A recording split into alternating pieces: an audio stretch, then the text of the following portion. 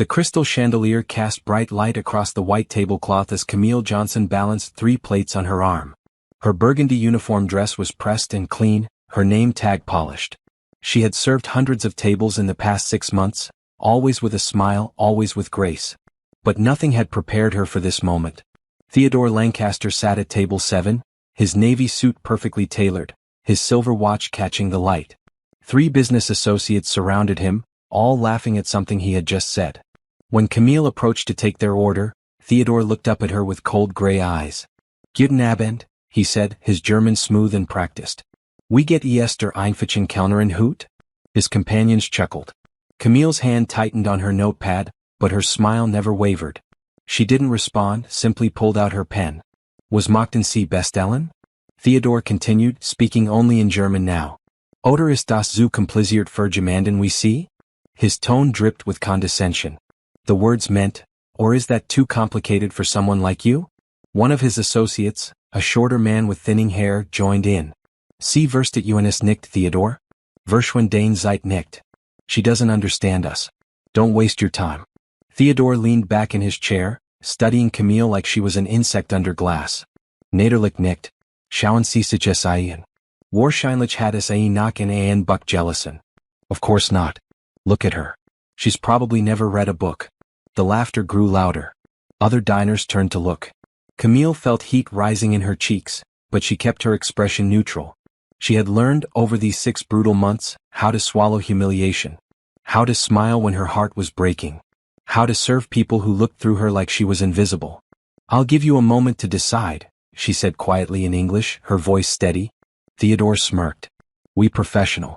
Sie hat sogar einen vollständigen Satz gesagt." How professional. She even said a complete sentence. As Camille walked away, she heard them continuing their mockery in German. Every word landed like a stone in her chest.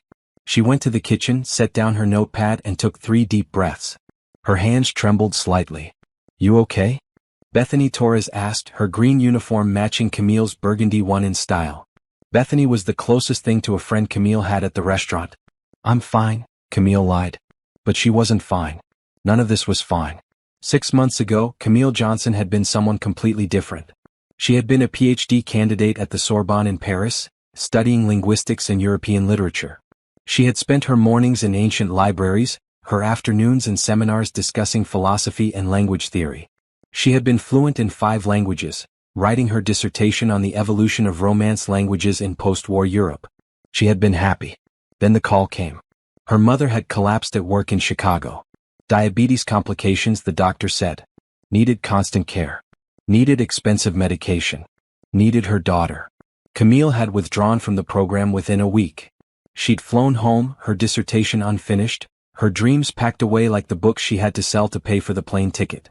There was no discussion, no hesitation. Her mother had raised her alone, working 2 jobs to send Camille to good schools. When Gloria Johnson needed help, Camille came home. But coming home meant starting over. Her savings evaporated within a month. Medical bills piled up faster than she could count them. She applied for jobs in her field, but everyone wanted someone with a completed degree. The only place that hired her immediately was the Sterling Oak, an upscale restaurant downtown.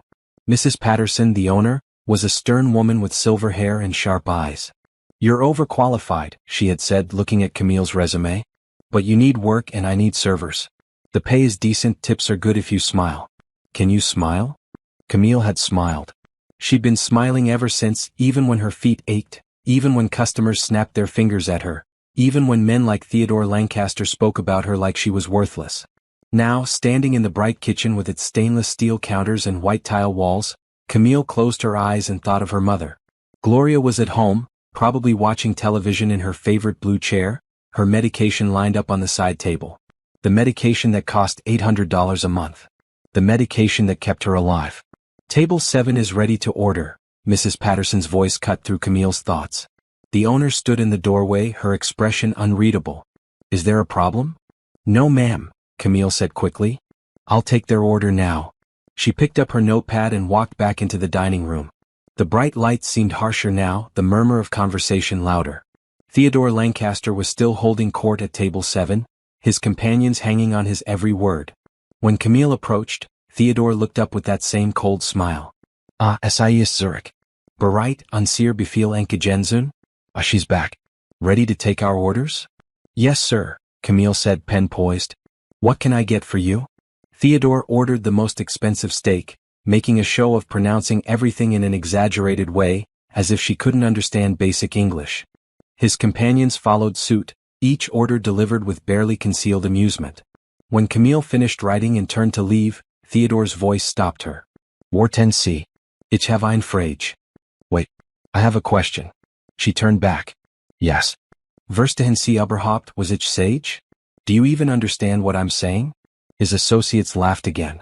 One of them, a woman with short blonde hair and a red dress, looked uncomfortable but said nothing.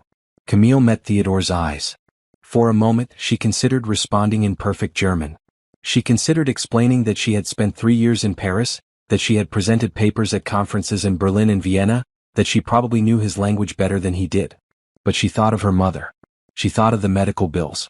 She thought of the job she desperately needed. So she smiled and said, I'll put your orders in right away, sir. As she walked to the kitchen, she heard Theodore's voice drift after her. Hoffnungslos. Völlig hoffnungslos. Hopeless. Completely hopeless. The word followed her through the rest of her shift. It followed her as she served their meals, as she refilled their water glasses, as she brought them dessert. Theodore continued his performance, speaking German exclusively, making comments about her intelligence, her appearance, her worth as a human being. And Camille said nothing. She simply smiled and did her job because that was all she could do. When Theodore finally left, he dropped a $20 bill on the table. The meal had cost $300. $20 was an insult disguised as a tip, and they both knew it. Camille picked up the bill, folded it carefully, and put it in her apron pocket. $20 toward her mother's medication. $20 closer to keeping the lights on. As she cleared the table, she noticed Theodore had left his business card, probably by accident. She picked it up, reading the embossed letters. Theodore Lancaster, CEO, Lancaster Holdings. Of course he was a CEO. Of course he was rich and powerful and used to getting everything he wanted. People like Theodore Lancaster never faced consequences. They never had to choose between pride and survival. They never had to smile while being torn apart. Camille put the card in her pocket next to the $20 bill. Then she finished clearing the table, her movements mechanical, her mind somewhere far away. That night, she rode the bus home through streets illuminated by bright streetlights.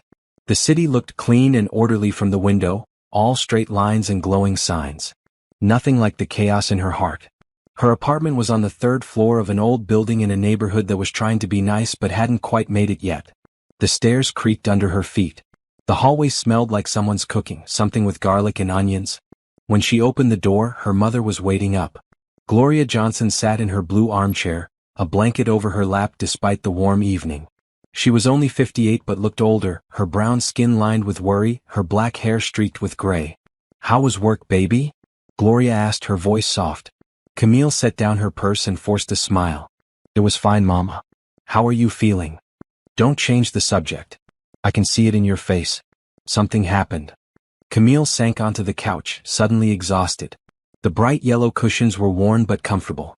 Just a difficult customer. Nothing I can't handle. Gloria studied her daughter with knowing eyes. You're handling too much. You shouldn't have to handle any of this. If it wasn't for me. Mama, don't. Camille leaned forward, taking her mother's hand. We've been through this. You took care of me my whole life. Now it's my turn. But your studies, your future. Will still be there, Camille said, though she didn't quite believe it. Every day away from the Sorbonne felt like another door closing. Right now you're what matters. Gloria squeezed her daughter's hand. You're too good, Camille. Too kind.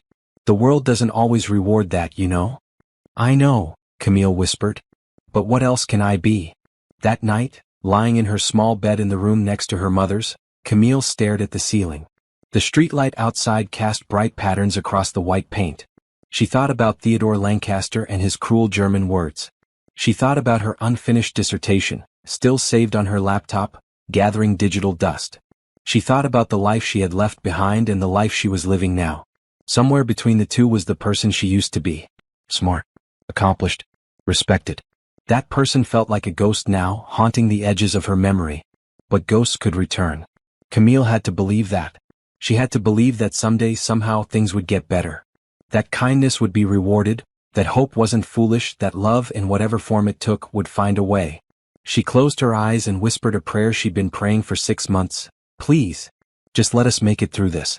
Please let there be something better waiting. The ceiling didn't answer. The streetlight kept casting its bright, indifferent glow. And somewhere across the city, in a penthouse apartment she couldn't even imagine, Theodore Lancaster probably wasn't thinking about her at all.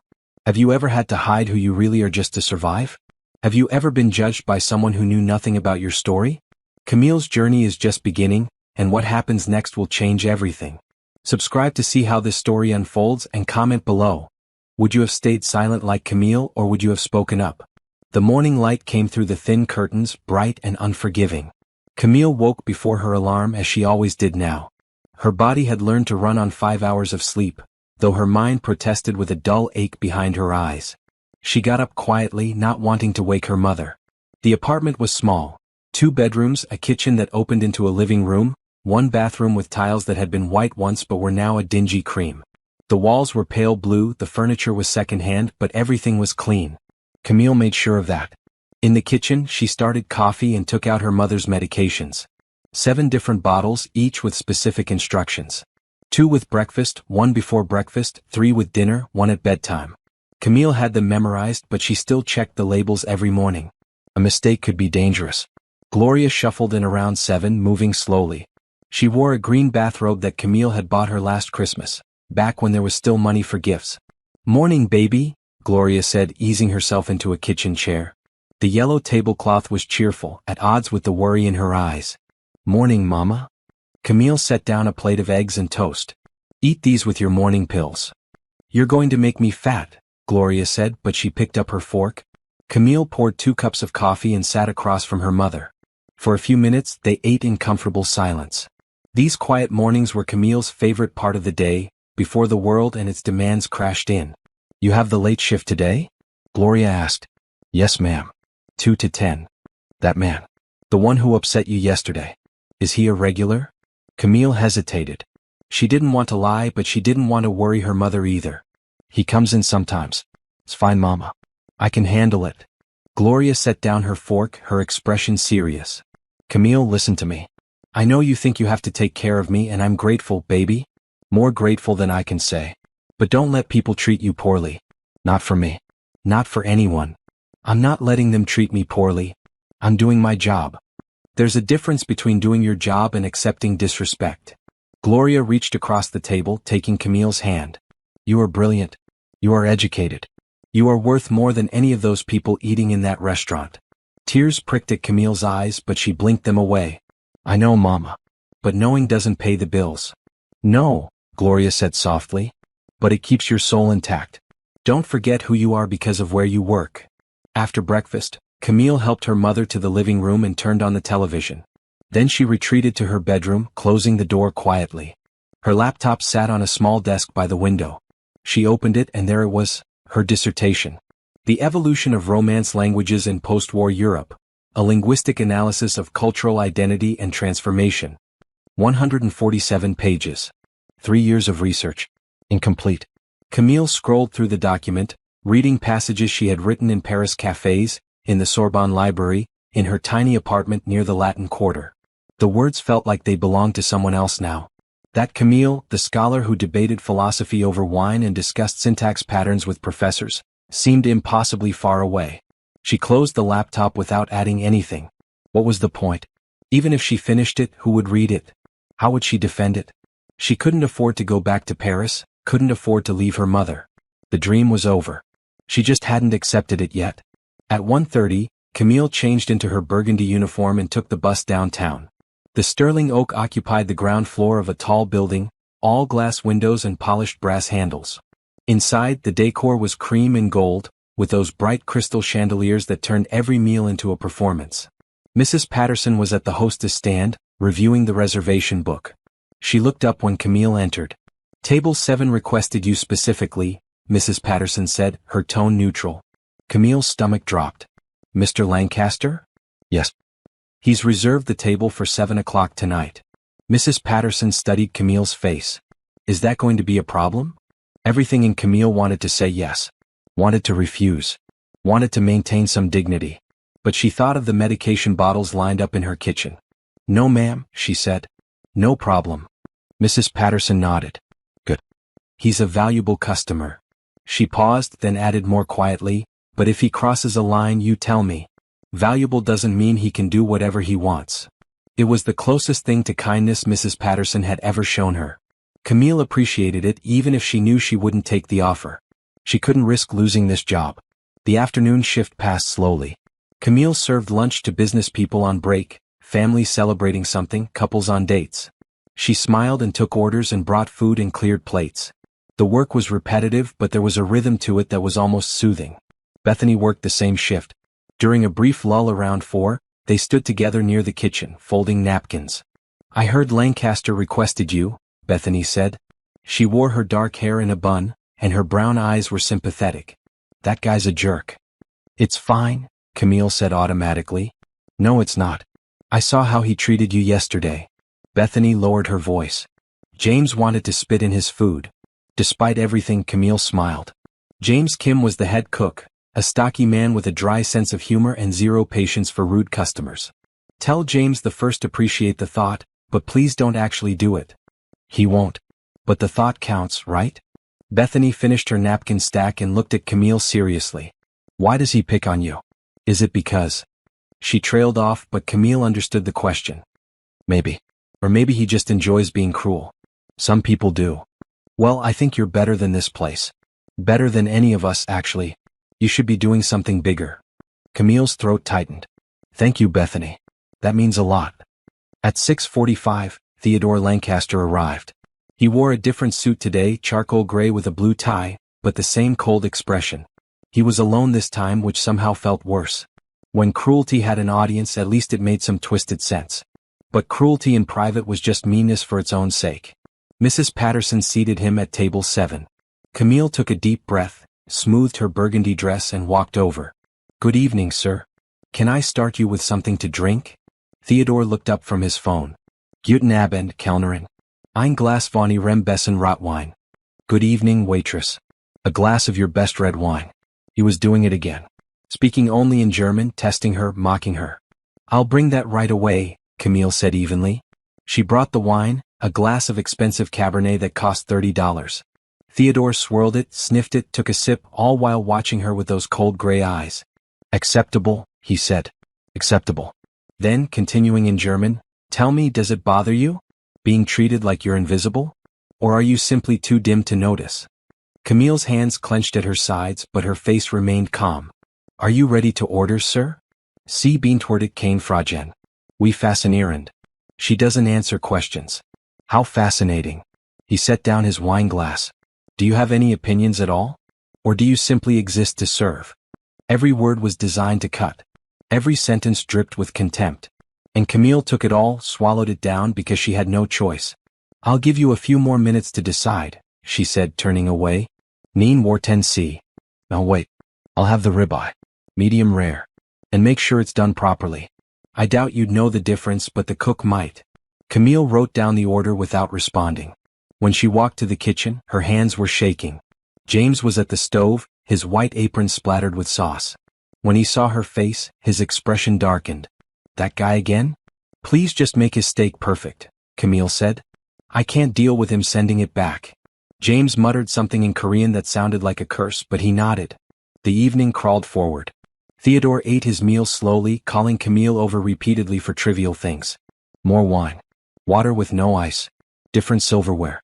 Each request was delivered in German, each interaction designed to remind her of her place. At 9:30, the restaurant was nearly empty. Theodore was one of the last customers, nursing an after-dinner drink. Camille was counting the minutes until her shift ended. Then Theodore called her over again. "Come and see her." "Come here." She approached the table. "Yes, sir?" He looked at her for a long moment, his expression unreadable. "Warum machen Sie das? Why do you do this? Surely there are other jobs. Other ways to waste your life." It was the first thing he'd said that sounded almost like a real question, even if it was still cruel. "We all do what we have to," Camille said quietly. "How philosophical," Theodore replied in English, surprising her. Then he switched back to German.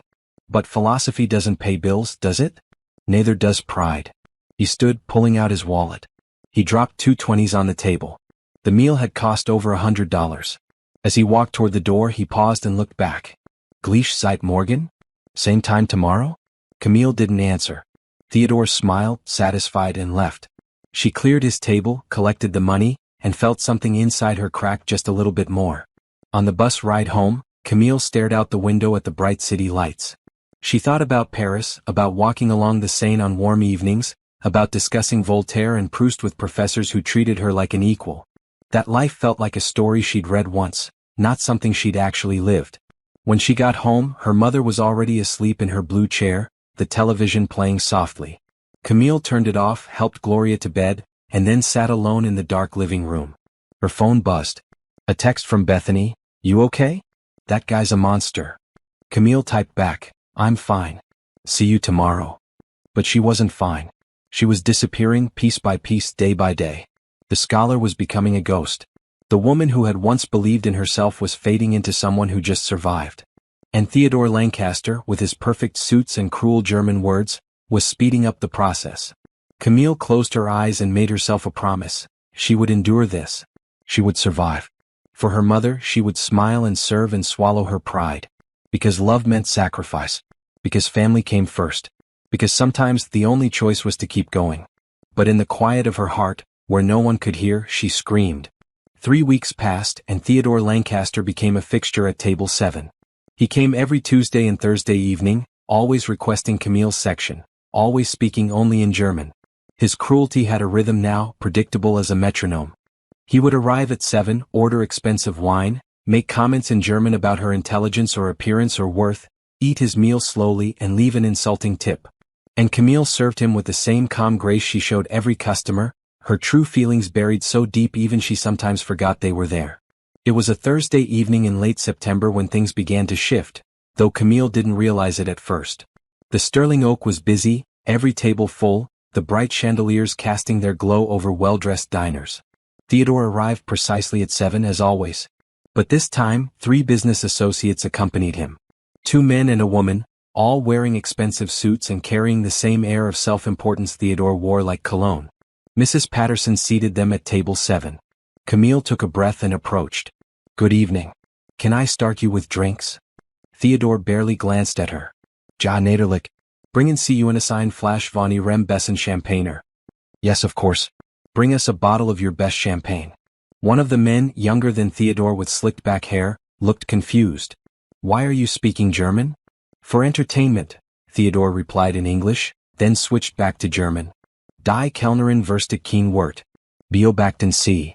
The waitress doesn't understand a word. What? He turned to Camille. Wissen Sie, ich spreche über Sie, als wären Sie unsichtbar. While Sie für uns tatsächlich unsichtbar sind. You know, I'm speaking about you as if you're invisible. Because you actually are invisible to us. His companions shifted uncomfortably. The woman, red-haired with sharp features, said, Theodore, maybe we should just order in English. Nonsense. This is part of the experience. Theodore gestured at Camille dismissively. Sie ist die gewohnt. Nicht wahr? She's used to it. Isn't that right? Camille kept her expression neutral. I'll bring the champagne. In the kitchen, James was plating orders with angry precision. That guy again? With friends this time, Camille said. I hate him, Bethany declared, carrying a tray of salads. Like, genuinely hate him. How do you stand it? Because I have to, Camille said simply.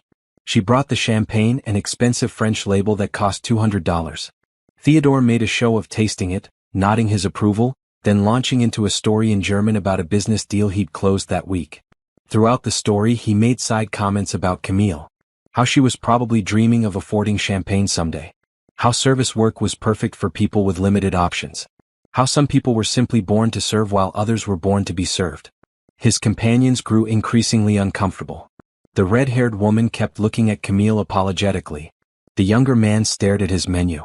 Only the third associate, an older man with gray temples, seemed to find Theodore's performance amusing.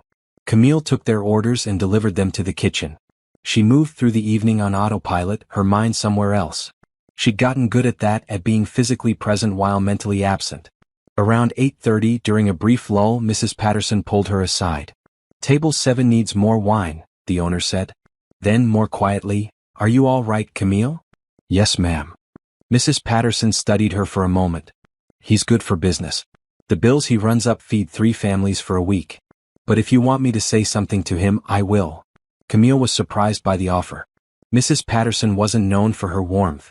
Thank you, but it's fine. Really? You're one of my best servers, Mrs. Patterson said. Professional, punctual, never complains. I don't want to lose you. You won't, Camille promised. She brought more wine to table 7. Theodore was in the middle of another story, this one about a competitor he'd crushed. The German flowed smoothly, his voice confident and commanding. Uendi das Beste ist, he said, Sie haben nie kommen sehen. Genau wie unser klein Kellnerin hier nie sieht, when it über sie sprech. And the best part is, they never saw it coming. Just like our little waitress here never sees when I'm talking about her. He looked directly at Camille as he said it, a small smile playing at his lips. Something flickered in Camille's chest. Not anger, not yet, but something close. A tiny spark of resistance she'd been carefully smothering for weeks. She poured the wine, her movements precise, and walked away without responding. At 9:15, Theodore's party finished their meal. The bill came to $600. Theodore pulled out his wallet and dropped 3 20s on the table. $60. On a $600 meal. It was technically 10%, but in a restaurant like the Sterling Oak, 20% was standard. The red-haired woman looked at the money, then at Theodore. That's not enough. It's more than adequate for the service we received, Theodore replied coolly. She's been professional all evening. Despite. The woman trailed off, but her meaning was clear. Theodore stood, buttoning his suit jacket. I tip based on the level of engagement I receive. Our server has been adequately robotic. The tip reflects that. He walked out. His companions followed, though the woman glanced back at Camille with an expression that might have been apology or pity or both. Camille collected the money and cleared the table. Bethany appeared at her elbow. That was brutal. It's fine. It's not fine. None of this is fine. Bethany's voice was fierce. You should report him or something. Or quit. You deserve better than this. I can't afford better than this, Camille said quietly.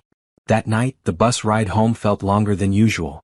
The city outside the window was bright and busy, full of people living their lives, chasing their dreams, being treated with basic dignity.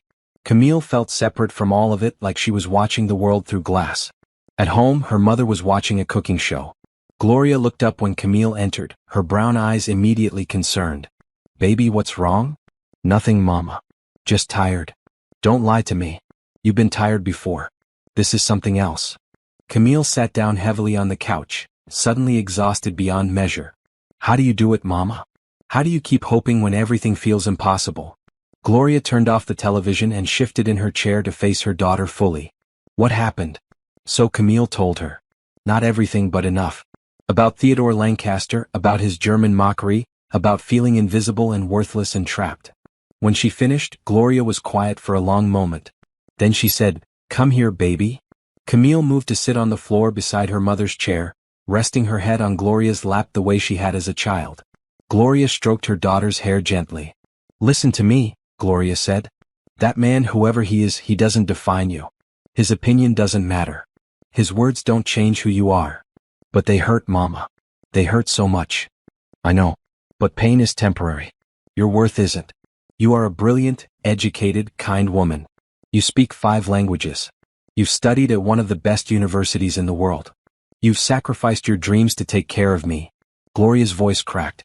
Don't let some cruel man with money make you forget any of that. How do I remember when I spend every day being treated like I'm nothing? By knowing the truth in here. Gloria placed her hand over Camille's heart. The truth is, he's the small one. He's the one who needs to hurt others to feel big. You're already bigger than him. You just can't see it right now.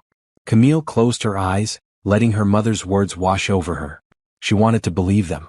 She wanted to feel big and valuable and worthy. But all she felt was tired. The next morning, Camille woke with a sense of dread. It was Friday, which meant a double shift at the restaurant. Lunch and dinner. 12 hours on her feet, smiling and serving and swallowing her feelings. She helped her mother with breakfast and medications, then caught the early bus downtown. The Sterling Oak was quiet in the morning, the bright dining room empty except for staff preparing for lunch service. James was in the kitchen, prepping vegetables. Morning, Camille. Morning. You look exhausted. Thanks, she said dryly. He grinned. I meant it with love. Listen about that Lancaster guy. You want me to accidentally drop his next meal on the floor? I'll make it look convincing. Despite her mood, Camille smiled. No, but thank you for the offer. The lunch shift was manageable. Regular customers, normal interactions, adequate tips. For a few hours, Camille almost felt like a regular person doing a regular job. Then 5 o'clock came and with it, Theodore Lancaster. He wasn't supposed to be there. He only came on Tuesdays and Thursdays. But there he was, walking through the door in another perfect suit, heading straight for table 7. Mrs. Patterson seated him. Camille's heart sank. When she approached his table, Theodore looked up with that now familiar cold smile. Überraschung. Surprise. Ich dachte, ich würde Sie mit einem Zusatzlichen Besuch segnen. I thought I'd bless you with an extra visit. What can I get you to drink? Camille asked, her voice flat. So enthusiastisch. So lebendig. So enthusiastic. So lively. He laughed, the sound devoid of real humor. Bringen Sie mir einen Scotch. Den Touristen, den Sie haben. Nicht, dass Sie den Unterschied kennen würden. Bring me a Scotch. The most expensive you have. Not that you'd know the difference. Camille brought the drink. Theodore sipped it slowly, making comments in German the entire time. About her appearance. About her intelligence. About her worthlessness. And something inside Camille began to change. It was small at first, barely noticeable. A tightening in her chest. A warmth behind her eyes. A whisper in her mind that said, this has to stop. But she pushed it down. She had to. For her mother. For the job. For survival. Theodore ordered dinner and ate slowly as always. Camille served him with mechanical efficiency. When he finally left, dropping another insulting tip on the table, she collected the money without expression.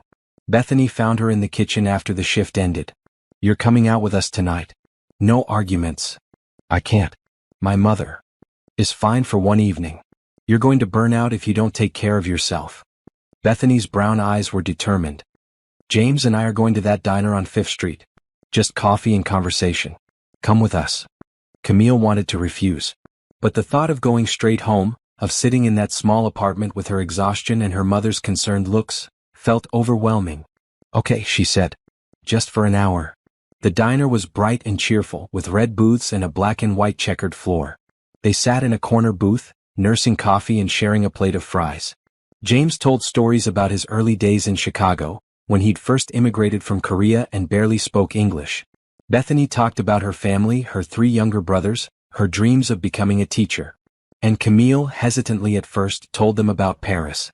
About the Sorbonne. About her studies and her dissertation and the life she'd left behind. Wait, you speak German? James asked, his eyes wide. Like fluently? Yes. And French, Italian, Spanish. I was studying linguistics. Bethany set down her coffee cup with a thunk. So when Lancaster speaks German at you, you understand every word? Camille nodded. Every single word. And you just let him? James looked bewildered. What choice do I have? I need the job. I need the money. You could put him in his place, Bethany said. You could respond in German and watch his face fall. And then what? He gets embarrassed and complains to Mrs. Patterson? I get fired? Then what happens to my mother? Camille shook her head. It's not worth it. James leaned back in the booth, studying her. You're stronger than me. I would have snapped by now. Strength doesn't have anything to do with it, Camille said quietly. It's just survival. They talked for another hour, the conversation drifting to lighter topics. For a brief moment, sitting in that bright diner with people who treated her like an equal, Camille felt almost like herself again. But when she got home and helped her mother to bed, when she lay in her own small bed staring at the ceiling, the weight of it all came crashing back. Theodore Lancaster's German words echoed in her mind. Worthless. Invisible. Simple. Dim. And the worst part was, some small part of her was starting to believe him. October arrived with cooler weather and shorter days. The leaves on the trees lining Camille Street turned gold and red, a bright contrast to the gray sky. She watched them from the bus window on her way to work, thinking about change and seasons and how nothing stayed the same forever. Except this. This stayed the same. The uniform, the smile, the humiliation. Every Tuesday and Thursday, and now sometimes Fridays too, Theodore Lancaster at table 7. It had been 6 weeks since their first encounter. 6 weeks of German insults, of inadequate tips, of being treated like furniture. Camille had become expert at compartmentalizing, at separating herself from the experience. When Theodore spoke, she imagined herself somewhere else. Paris usually. Walking along the Seine at sunset, a book tucked under her arm. But the walls she'd built were starting to crack. It was a Tuesday evening, the restaurant moderately busy, when Theodore arrived with a date. She was young, maybe 25, with blonde hair styled in waves and a pink dress that probably cost more than Camille's monthly rent. The woman looked nervous, clutching a small purse and smiling too brightly. Mrs. Patterson seated them at table 7. Camille approached, notepad ready. "Good evening. Can I start you with drinks?" Theodore barely looked at her. "Champagner," he said, then switched to English for his date's benefit. "The good French one. Not that domestic nonsense." "Of course, sir." As she walked away, she heard Theodore switch back to German. "Entschuldigen Sie den Service. Das Personal hier ist begrenzt. Excuse the service. The staff here is limited." The woman's response was too quiet to hear, but her expression said she was uncomfortable. Camille brought the champagne, a bottle of Veuve Clicquot that cost $300. Theodore made a show of tasting it, nodding approval, then pouring a glass for his date. "So tell me about yourself," Theodore said to the woman, speaking English now. "Your profile mentioned you work in marketing?" The woman launched into a nervous explanation of her job. Theodore listened with half his attention, his eyes occasionally drifting to his phone. When the woman paused, he would make a comment that sounded interested but wasn't really. Camille took their order. Filet mignon for him, salmon for her. As she wrote, Theodore switched to German again. "Sie denken wahrscheinlich, dass dies ein echt Verbindung ist. Arms ding. She probably thinks this is a real connection. Poor thing." He gestured at his date, who was smiling hopefully at him. Then he looked at Camille. "Aber Sie verstehen nicht war? Sie verstehen was es heißt, unsichtbar zu sein. Unwichtig zu sein. But you understand, don't you? You understand what it means to be invisible. To be unimportant." Something in his tone was different tonight. Not just cruel but almost philosophical. Like he was genuinely curious about what it felt like to be beneath him. Camille's hand tightened on her notepad, but she kept her expression neutral. "I'll have your orders right out." In the kitchen, her hands were shaking. James noticed immediately. "What happened?" "Nothing. Just nothing." She set down her notepad and took a deep breath.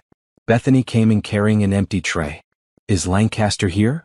"With a date," Camille confirmed. "Poor woman." Bethany shook her head. "Why do terrible men always get dates?" "Because they're rich," James said flatly. "Money covers a lot of sins." Camille brought the meals to table 7. The woman was talking about a marketing campaign she'd worked on, clearly trying to impress Theodore. He was scrolling through his phone, making occasional sounds that might have been agreement or might have been nothing at all. When Camille set down the plates, Theodore looked up. "Danke, Kellnerin." "Thanks, waitress." Then in German, "Ist es nicht faszinierend, wie manch Menschen einfach akzeptieren, was das Leben ihnen gibt? Keine Ambitionen. Kein Traum. Nur Akzeptanz. Isn't it fascinating how some people just accept what life gives them?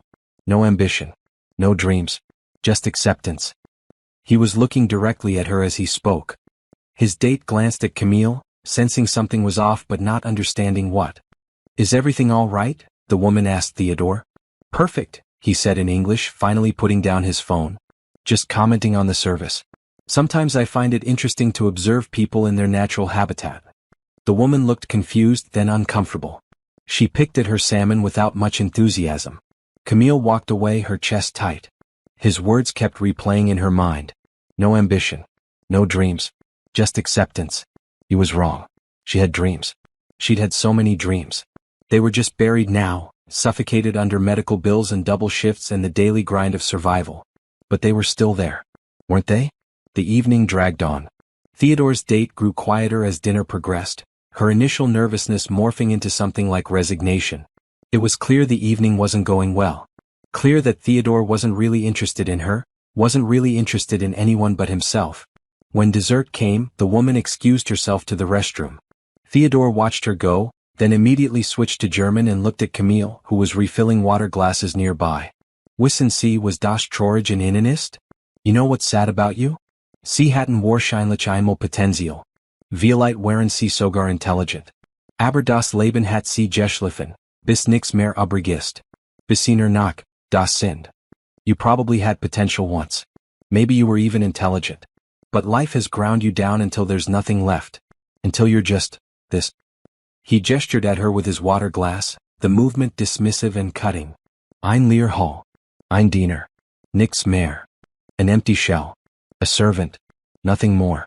Camille's hand trembled as she set down the water pitcher. For a moment, just a moment, she considered responding. Considered telling him exactly what she thought of him in flawless German. But then she saw his face. The cold satisfaction in his eyes. The way he was waiting, almost hoping for her to react. He wanted her to break. He was enjoying this. Not just the cruelty but the anticipation of her eventual collapse. So she swallowed everything down, smiled her professional smile and walked away. When Theodore's date returned, she made an excuse about an early morning and asked for the check. Theodore seemed unsurprised, barely disappointed. He paid with a credit card, left a precisely 15% tip, and escorted the woman out. As they passed the hostess stand, Camille heard the woman say, "I don't think this is going to work out." Theodore's response was too quiet to hear, but his tone was indifferent. The rest of Camille's shift passed in a blur. She served other tables, collected other tips, smiled other smiles. But part of her mind was somewhere else, replaying Theodore's words. Empty shell. Nothing more. On the bus ride home, those words wouldn't stop echoing. She stared at her reflection in the window, seeing a woman in a burgundy uniform, her hair pulled back, her eyes tired. Was that all she was now? A servant? Nothing more? No. She had to believe that wasn't true.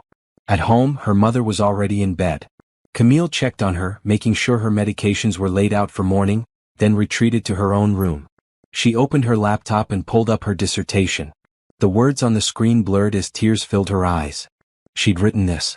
She'd researched and analyzed and created something meaningful. She was more than a waitress. More than Theodore Lancaster's punching bag. But knowing that and feeling it were two different things. Her phone buzzed. A text from Bethany. You okay? You seemed off tonight. Camille typed back. I'm fine. Just tired. Another buzz, this time from James. Lancaster's the worst. You're a saint for dealing with him. She didn't feel like a saint. She felt like a coward. Someone who took abuse because she had no other choice. Camille closed her laptop and lay down on her bed, staring at the ceiling. The bright streetlight outside cast patterns across the white paint, the same patterns she'd been staring at for months. She thought about Paris. About the Sorbonne Library with its high ceilings and walls of books. About the apartment she'd shared with two other students, tiny but full of laughter and debate. About the professors who had respected her mind, valued her contributions, seen her as an equal. That woman felt like someone from another lifetime. A sob caught in her throat. Camille pressed her hand against her mouth, trying to stay quiet so her mother wouldn't hear. But the tears came anyway, hot and bitter and exhausting. She cried for the life she'd lost. For the dignity Theodore was slowly stripping away. For the woman she used to be and the woman she was becoming. When the tears finally stopped, Camille felt hollow. Empty, just like Theodore had said. But beneath the emptiness, something else stirred. Something small but stubborn. A tiny voice that whispered, "This isn't forever. This isn't who you are. Hold on just a little longer." Camille closed her eyes and held on to that voice. It was all she had. The next morning, her mother's condition took a turn. Gloria woke up dizzy and nauseous, her blood sugar dangerously low despite taking her medication. Camille called the doctor, who adjusted the prescription and warned that they needed to monitor her more closely. "These medications are keeping her stable, but they're expensive," the doctor said over the phone. "Is cost going to be an issue?" Camille looked at her mother, pale and weak in her blue chair, and felt a new wave of desperation. No, it won't be an issue. But it was an issue. The new medication cost $200 more per month. Camille did the math in her head. Even with her regular shifts and tips, she was barely making ends meet now. Adding $200 meant something had to give. She could pick up more shifts. She could ask Mrs. Patterson for more hours. She could endure more Tuesdays and Thursdays with Theodore Lancaster if it meant her mother stayed alive. So that's what she did. "I need more hours," Camille told Mrs. Patterson that afternoon. "Whatever you have available, I'll take it." Mrs. Patterson studied her with those sharp eyes. "Is everything all right?" "Yes, ma'am. I need the money. I can give you more weeknight shifts. But Camille, you're already working full-time. Don't burn yourself out." "I won't," Camille lied. Over the next week, she worked 10, sometimes 12-hour shifts. The extra money helped, but the exhaustion was cumulative. Her feet ached constantly. Her back hurt. She lost weight she couldn't afford to lose. And through it all, Theodore Lancaster continued his twice-weekly appearances, his German cruelty, his systematic dismantling of her self-worth. It was Thursday evening, 2 weeks after the disaster date, when something inside Camille finally threatened to snap. Theodore arrived with 2 business associates, both men in expensive suits. They were discussing a merger, numbers and percentages flowing freely. Camille served them with her usual professional distance, but her hands shook slightly when she poured water. Theodore noticed. Of course he noticed. "Unser Kellnerin sieht müde," he said to his companions in German. "Our waitress looks tired. Vielleicht ist die Arbeit zu anstrengend für sie. Vielleicht braucht sie etwas Einfächers. Obwohl ich nicht weiß, was Einfächer sein könnte als das. Perhaps the work is too strenuous for her. Perhaps she needs something simpler. Though I don't know what could be simpler than this." One of the associates, uncomfortable, said in English, "Should we just order?" "Of course," Theodore replied, then looked at Camille. "Können Sie das schaffen? Oder ist 3 Bestellungen zu viel für Sie? Can you handle that? Or is 3 orders too much for you?" Camille's vision blurred for a moment. The room felt too bright, too loud. Her chest was tight, her breathing shallow. She was having a panic attack. Right there in the middle of the dining room. "I'll be right back," she managed, turning away quickly. She made it to the kitchen before her knees buckled. James caught her, his strong hands steady on her arms. Whoa, what's wrong?" I can't breathe," Camille gasped. Bethany rushed over. "Sit down. Head between your knees." They guided her to a stool in the corner, away from the other kitchen staff. Camille tried to follow Bethany's instructions, tried to slow her breathing, but panic had its claws in her. "Is it Lancaster?" James asked, his voice hard. Camille nodded, unable to speak. "That's it. I'm telling Mrs. Patterson." "No," Camille forced out. "Please. I need this job." "You need to breathe more than you need this job," Bethany said firmly. Mrs. Patterson appeared in the kitchen doorway. "What's going on?" The 3 of them looked at her. Mrs. Patterson took one look at Camille's face and her expression hardened. "It's that Lancaster man, isn't it?" Camille wanted to deny it, but she couldn't. She just nodded. Mrs. Patterson's jaw tightened. "Stay here. I'll handle this." "No, please." Camille tried to stand, but Bethany held her shoulders. "Let her handle it," Bethany said. Mrs. Patterson walked into the dining room. Through the kitchen door, Camille could see her approach table 7. She couldn't hear what was said, but Mrs. Patterson's posture was stiff, her gestures sharp. Theodore's face went from surprise to annoyed to coldly angry. He stood, said something brief and walked out of the restaurant. His associates scrambled to follow. Mrs. Patterson returned to the kitchen. "He's gone." "What did you say to him?" Camille asked. "That his behavior was inappropriate and he needed to leave." Mrs. Patterson crossed her arms. "I should have done it weeks ago. I'm sorry, Camille. I put profits over people and that was wrong. But the money he spent isn't worth this." Mrs. Patterson gestured at Camille, still shaking on the stool. "You're a valuable employee and a decent person. He's neither. The math is simple." Tears pricked at Camille's eyes. "Thank you. Go home. Take the rest of the night off. Paid." "I can't afford." "Paid," Mrs. Patterson repeated firmly. "Go home, take care of yourself. Come back tomorrow when you're ready." On the bus ride home, Camille felt numb. Part of her was relieved. Theodore was banned from the restaurant. She wouldn't have to see him again, wouldn't have to endure his cruelty. But another part of her felt defeated. She'd broken. After 6 weeks he'd finally gotten to her. He'd proven that she could be ground down, that she had limits, that she was, in the end, exactly what he'd called her, an empty shell. At home, Gloria took one look at her daughter and opened her arms. Camille collapsed into them, crying again, all the held-back pain pouring out. "Oh baby," Gloria murmured, stroking Camille's hair. "Oh my sweet girl. I'm so sorry. I'm so sorry you're going through this. I tried, Mama. I tried to be strong. You're strong. You've been so strong. But everyone has a breaking point. That doesn't make you weak. That makes you human." They stayed like that for a long time, Camille crying and Gloria holding her, until the tears finally ran dry. That night, lying in bed, Camille thought about Theodore's face when Mrs. Patterson had confronted him. The anger. The indignation. The absolute shock that someone had dared to stand up to him.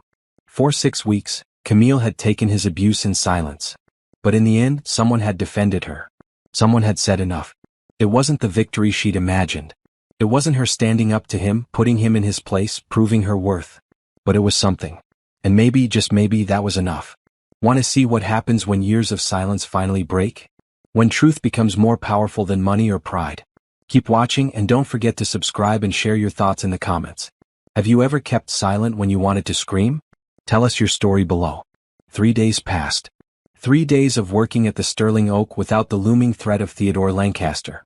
3 days of breathing easier, smiling more genuinely, feeling almost like a normal person with a normal job. But on Sunday evening, everything changed. Camille was working the dinner shift, the restaurant moderately busy with weekend diners. The bright chandeliers cast their usual glow, conversation hummed pleasantly, and Camille moved through her section with practiced efficiency. Then Theodore walked in. Camille's heart stopped. He shouldn't be here. Mrs. Patterson had banned him. But there he was, wearing a navy suit and that same cold expression, standing at the hostess stand. Mrs. Patterson wasn't working tonight. The hostess was Lily, a college student who worked weekends. She didn't know about the ban. Camille watched from across the dining room as Lily smiled at Theodore, checked her seating chart, and led him to table 7. No, this couldn't be happening. Camille approached Lily at the hostess stand. That customer. He's not supposed to be here. Lily looked confused. What do you mean? Mrs. Patterson banned him. He can't be seated. She didn't tell me about any ban. And I can't just kick out a customer without the manager on duty. Lily glanced toward table 7 nervously. You handle it or I'll call the night manager. Camille's stomach twisted. The night manager was Trevor, a man who cared more about avoiding conflict than doing the right thing. If she involved him, he'd probably let Theodore stay. She took a deep breath and walked to table 7. Theodore looked up at her approach and something flickered across his face. Surprise maybe. Or satisfaction. So, he said in English, you're still here. You need to leave, sir.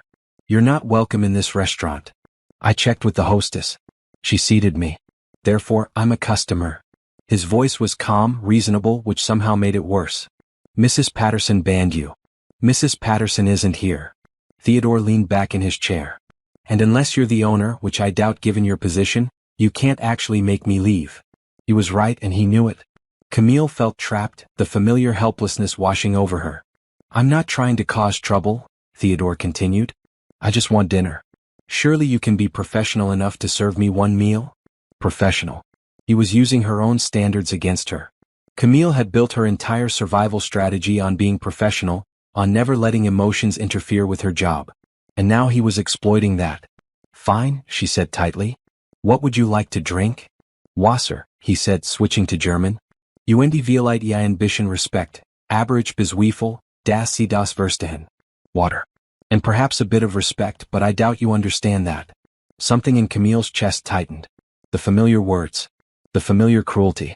It was starting again and she couldn't stop it. She brought him water. He ordered the ribeye, speaking mostly in German, making his usual degrading comments.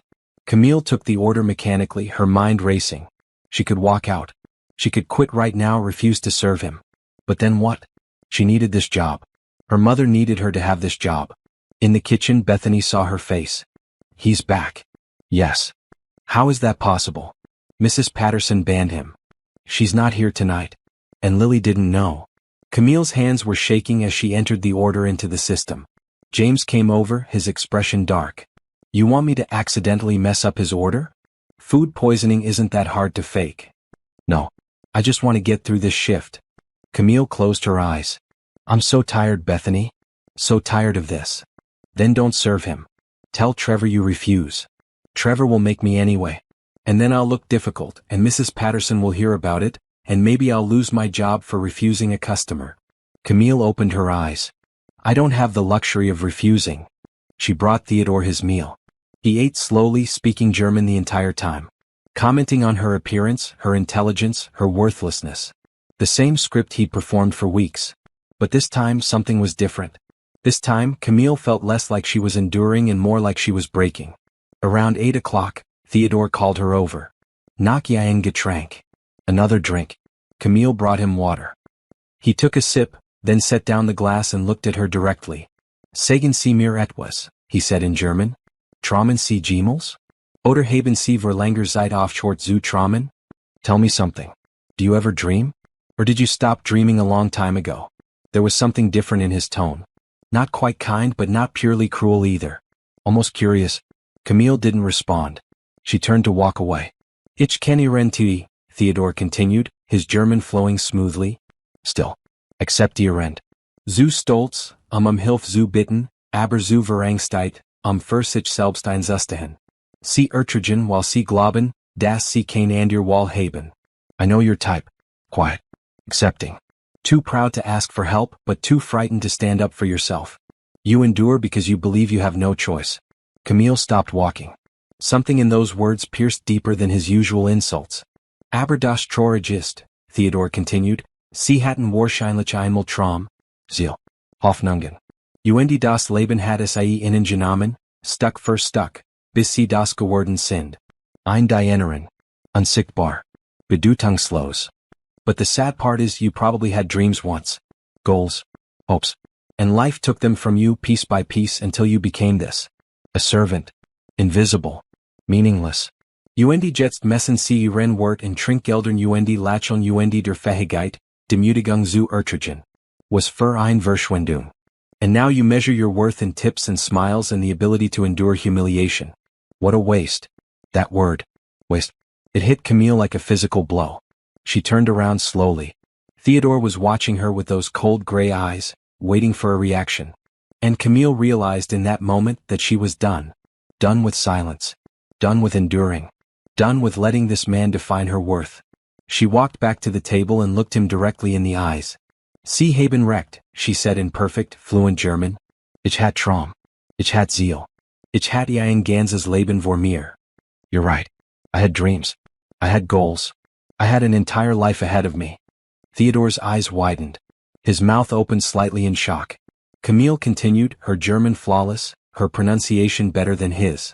Ich war PhD Kandidatin in der Sorbonne in Paris. Ich have Linguistik und Europäische Literatur studiert. Ich spreche 5 Sprachen fließend. Deutsch, Französisch, Italienisch, Spanish und Niederländisch English. I was a PhD candidate at the Sorbonne in Paris. I studied linguistics and European literature. I speak 5 languages fluently.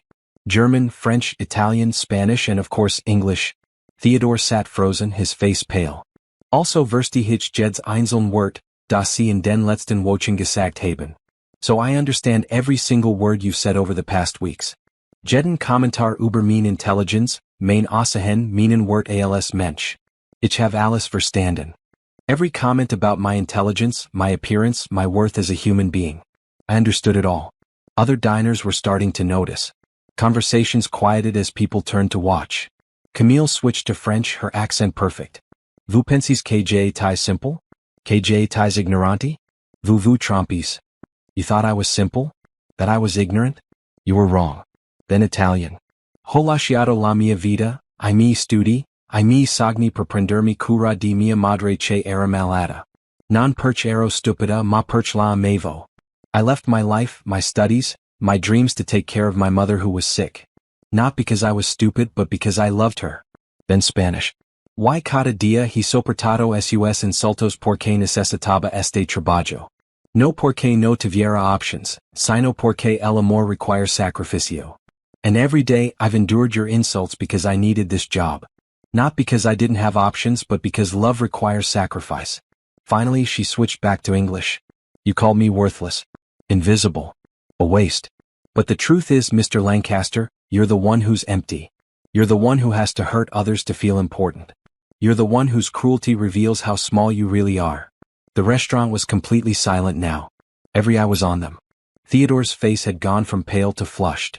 He opened his mouth, closed it, opened it again. No words came out. I am not worthless, Camille continued, her voice steady. I am educated. I am intelligent. I am kind. I am strong enough to endure your cruelty without becoming cruel myself. I am everything you will never be, no matter how much money you have or how many languages you speak badly. That last word, badly, was a knife twist. Theodore's German was good, but Camille's was better, and everyone in the room could hear it. I quit, Camille said, untying her burgundy apron. I won't serve you. I won't serve anyone in a place that allows people like you to treat people like me with such disrespect. She set her apron on the table, turned, and walked toward the exit. The restaurant erupted in applause. Camille kept walking, her eyes blurring with tears, her heart pounding. She had done it. She had finally stood up for herself. Behind her, she heard Theodore's voice calling out. Wait. Please wait. She paused at the door, looking back. Theodore had stood up from his table.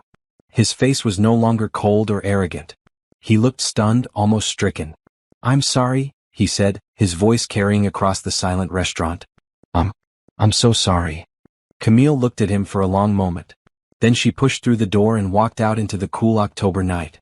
The air was fresh and clean. The stars were bright overhead. And for the first time in months, Camille felt like she could breathe. She walked to the bus stop, sat on the bench and put her face in her hands. The tears came then, hot and fast. But they weren't tears of pain. They were tears of release. She had spoken. She had stood up. She had reclaimed her voice and her worth. And nothing would ever be the same. Camille sat on the bus, watching the city lights blur past the window. Her hands were still shaking, adrenaline still pumping through her veins. What had she just done? She'd quit her job. She'd humiliated a rich, powerful man in front of dozens of witnesses. She'd thrown away her only source of income. But God, it had felt good. When she got home, Gloria was still awake, reading a book in her blue chair. She looked up as Camille entered, immediately sensing something was different. Baby? What happened? Camille sat on the couch and told her everything. The words poured out. Theodore returning, the German insults, her finally responding in his language, the look on his face, the applause, the quitting. When she finished, Gloria was quiet for a long moment. Then she smiled, a huge, radiant smile that transformed her face. That's my girl, she said proudly. That's my brilliant, strong, wonderful girl. Mama, I quit my job. I don't have any income now. I don't know how we're going to pay for your medication or the rent or... We'll figure it out, Gloria said firmly. We always do. But Camille, you got your dignity back tonight. That's worth more than any job. Dignity doesn't pay bills. No. But it lets you sleep at night. Gloria reached out and took her daughter's hand. You've been carrying so much, baby. Too much. Maybe this is the universe's way of forcing a change. Camille wanted to believe that. But the practical part of her, the part that had been managing their survival for months, was already panicking. Without her income, they had maybe 2 weeks before things fell apart. That night, she lay in bed and tried to make a plan. She could apply for other restaurant jobs. She could look for office work, retail, anything. But it would take time to find something, time to start earning again. Time they didn't have. She finally fell asleep around 3 in the morning, exhausted and worried. The next day was Monday. Camille woke early, determined to start job hunting immediately. She made her mother breakfast, helped with medications, then opened her laptop. Before she could start searching job sites, her phone rang. A known number. Hello? Miss Johnson? This is Theodore Lancaster. Camille's blood ran cold. How did you get this number? From the restaurant's employee records. I know I shouldn't have, but I needed to speak with you. He paused. Please don't hang up. Camille's finger hovered over the end call button. But curiosity held her. What do you want? To apologize. Properly. Not in front of an audience. Just, human to human. I don't think you know how to do that. You're probably right. His voice was different. Quieter. Almost humble. But I'd like to try. Would you meet me for coffee? Just 30 minutes. I promise I'll never bother you again after that. Why should I? Because I owe you that much. And because... He hesitated. Because I've been thinking about what you said. About who I am. About what I've become. And I don't like it. Camille closed her eyes. She should say no. Should hang up. Should never speak to this man again. But something in his voice sounded genuine. And she'd spent months reading people, learning to distinguish real emotion from performance. This sounded real. One coffee, she said. 30 minutes. There's a cafe on Maple Street. Tomorrow at 10. Thank you. Thank you so much. He hung up. Camille stared at her phone, wondering if she'd just made a terrible mistake. The next morning she dressed carefully. Not the burgundy uniform, but not too nice either. Jeans and a green sweater, casual but put together. She wanted to look like herself, whoever that was. The cafe was bright and cheerful, with yellow walls and white tables. Camille arrived first and chose a table near the window. She ordered coffee and waited, her stomach in knots. Theodore arrived exactly at 10. He wore jeans and a blue button-down shirt, no suit jacket. He looked different without the armor of expensive clothing. Younger. More human. He sat across from her, ordering his own coffee from the passing waiter. For a moment they just looked at each other. "Thank you for coming," Theodore said finally. "You have 29 minutes left." He flinched but nodded. "Fair enough. I'll be direct. I'm sorry. For everything. For every insult, every cruel word, every moment I made you feel less than. I was wrong. Deeply, inexcusably wrong." Camille studied his face, looking for signs of manipulation. But he seemed sincere. "Why did you do it?" "Honestly? Because I could. Because you didn't fight back and that made it easy." He ran a hand through his hair. "No, that's not quite right. I did it because I'm miserable and miserable people hurt others. It's not an excuse. Just an explanation. You're rich, successful, powerful. How are you miserable?" Theodore laughed, but there was no humor in it. "I have money. I don't have much else. No real friends. No family that speaks to me. No purpose beyond making more money. I'm 42 years old, and I've spent my entire adult life building an empire that means nothing. That's not my fault." "No, it's not. But you were an easy target. Someone I could feel superior to, which is pathetic because you're clearly more intelligent, more educated, and more fundamentally decent than I could ever be." He met her eyes. "You humbled me on Sunday. You showed me what I've become. And I hated what I saw." The waiter brought Theodore's coffee.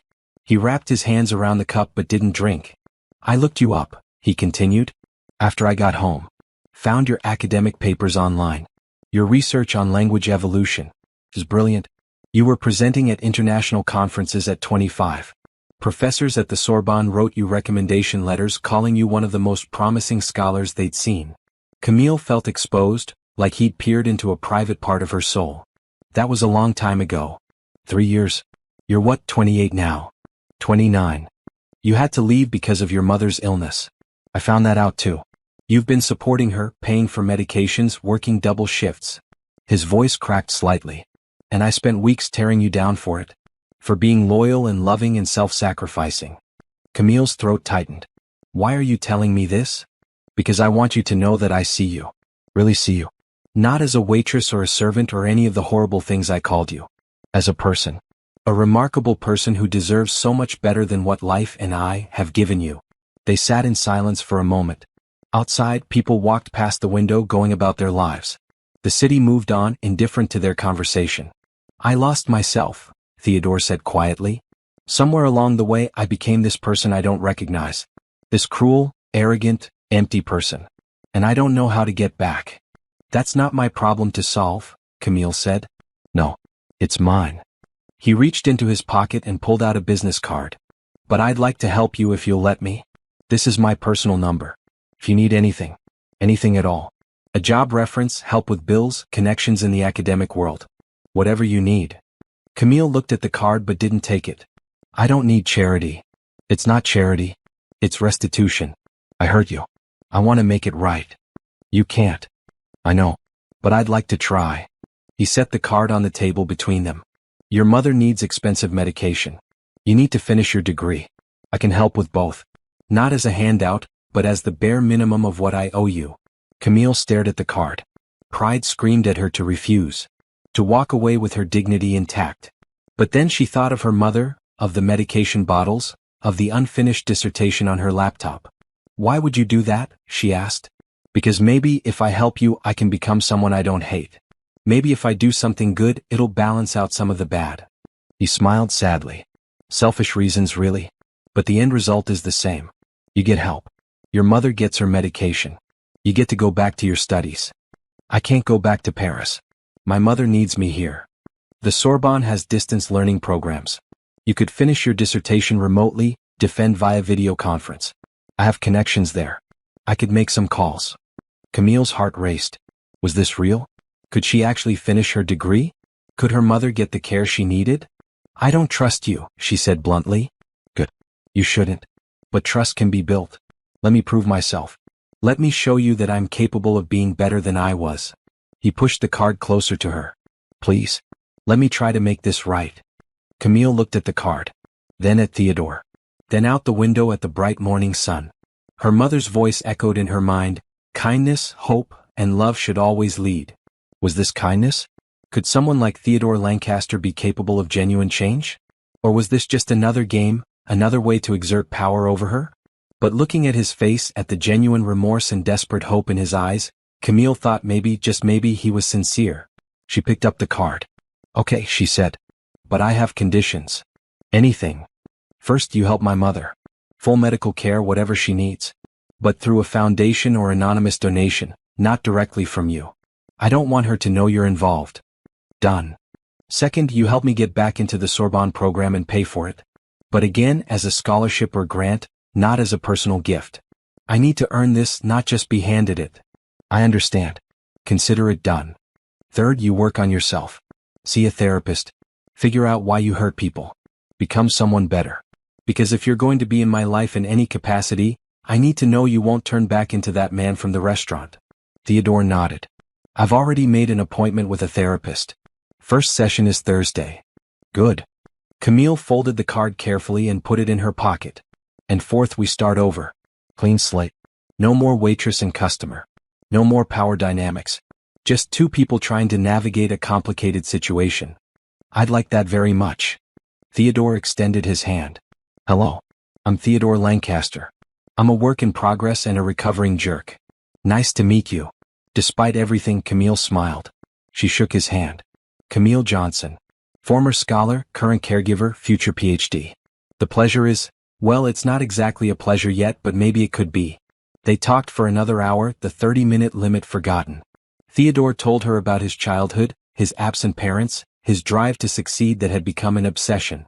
Camille told him about her mother, about Paris, about the dreams she'd put on hold. When they finally left the cafe, something had shifted. They weren't friends, not yet. But they weren't enemies either. They were two broken people trying to find their way back to wholeness. And maybe, just maybe, they could help each other along the way. The next 3 days passed in a blur of phone calls and paperwork. True to his word, Theodore worked quickly. On Wednesday, a representative from the Sterling Medical Foundation contacted Gloria, informing her that she'd been selected for a comprehensive care program. All her medications would be covered. She'd receive regular checkups with a specialist. Transportation to appointments would be provided. Gloria cried when she heard. "It's a miracle, baby. A real miracle." Camille smiled, not mentioning Theodore's involvement. She'd agreed to keep it anonymous and she would honor that. Her mother deserved to receive help without the complicated feelings that would come from knowing its source. On Thursday, Camille received an email from the Sorbonne. They were pleased to inform her that she'd been awarded the Lancaster European Studies Fellowship, a newly established grant that would cover her tuition and provide a living stipend. She could complete her degree remotely, with only one trip to Paris required for her defense.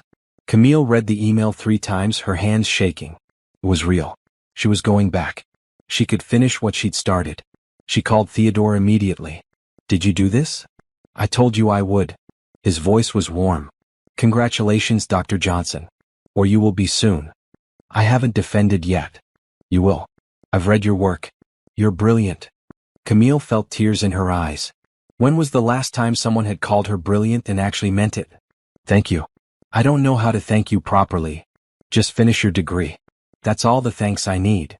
On Friday morning, the medical foundation sent a van to take Gloria to her first appointment with the specialist, Dr. Sarah Chen. The doctor was thorough and kind, spending 2 hours examining Gloria, adjusting her medications and creating a comprehensive care plan. When Gloria came home that evening, she looked happier than Camille had seen her in months. Dr. Chen said, "My condition is manageable. With the right treatment, I could have 20-30 more good years." Camille hugged her mother tightly. "That's wonderful, Mama." She asked about you too. Said the foundation wanted to make sure the whole family was supported. "They're even offering me a home health aide 2 days a week, so you don't have to worry about me so much." Everything was falling into place. But Camille felt strange about it. Grateful, yes. Relieved, absolutely. But also uncomfortable. This was too much. Too fast. Theodore was essentially remaking their lives, and while the results were positive, she felt a loss of control. Saturday evening, Theodore called. "How's your mother?" "Much better. Thank you." "And you? Have you started working on your dissertation?" "Not yet. It's been a busy week." "Of course. Listen, I know this has all happened quickly. I wanted to ask if you'd have dinner with me. Just to talk. To make sure you're comfortable with everything." Camille hesitated. Dinner felt too personal, too much like a date. But they did need to talk, and doing it in a public place felt safer than more coffee shop meetings. "Okay.